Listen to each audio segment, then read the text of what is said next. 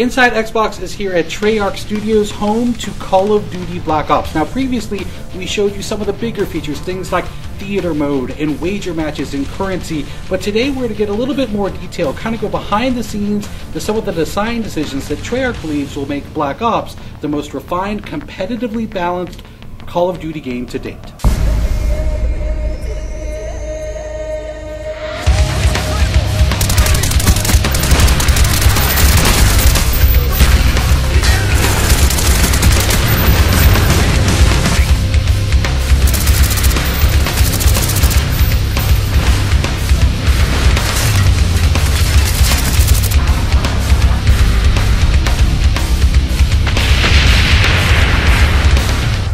One of the great things about having such a large community of players playing our game is that it isn't very difficult for us to hear when fans do not like something about our game or they do like something about our game. All we have to do is listen, and we are listening.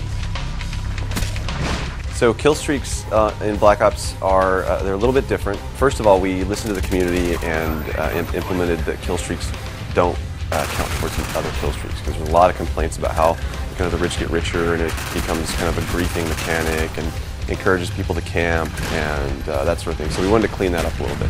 Secondary to that is that we wanted to make kill streaks feel more interactive. We didn't want to just do the fire and forget kind of thing where you just hit the button and go, because then there's no really risk reward there for the player. All of our kill streaks have some aspect of interactivity to them, whether it's the attack chopper picking a spot in the map where it goes and hovers rather than just letting it go and circle around the map.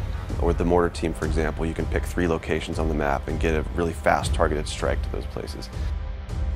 So the perk design philosophy is we want every perk to feel like it supports a specific gameplay style. So we want to kind of beef up this characterization of, if I select a perk, this represents me and how I play the game. So for example, we have a perk called Hacker. Hacker is similar to some of the perks in previous Call of Duty games where they let you see enemy deployed equipment in the world. The difference with Hacker is that you actually can go up to enemy equipment now and hack it so that it turns to your team, and the guy who owns that piece of equipment won't know that you've done that. One of the big changes that we're making in Black Ops multiplayer is that your perk 1 slot is what determines what your character model is.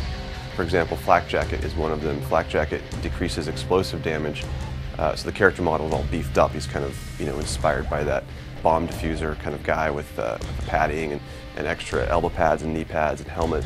So you can tell from a distance at a glance that guy has Flak Jacket as one of his perk 1 slot selections. And if you throw a grenade, he's probably not gonna die from the grenade.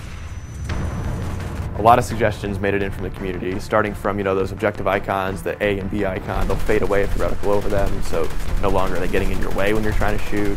Shotguns are primary weapons now again, so something like a shotgun is so lethal, it should behave like a shotgun, so it needs to be in that primary weapon slot. We have the grid coordinates on the overhead map, so whether you pull up your pause menu or in the top left corner, so it's going to be very, very easy for you to call out exactly where action is happening. Instead of having to say, oh, he's over by grandma's house, you can now say, oh yeah, he's in quadrant D, 3.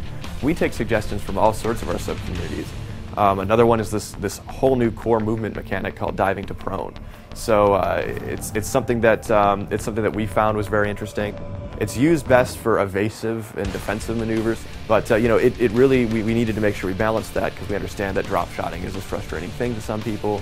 So we wanted to make sure that this thing wasn't going to be used aggressively to grief or to frustrate players. So there is sort of a recovery time after you land, and you'll have to take a half second to pull your gun back up. So it's actually a penalty if you try to use it as an offensive maneuver.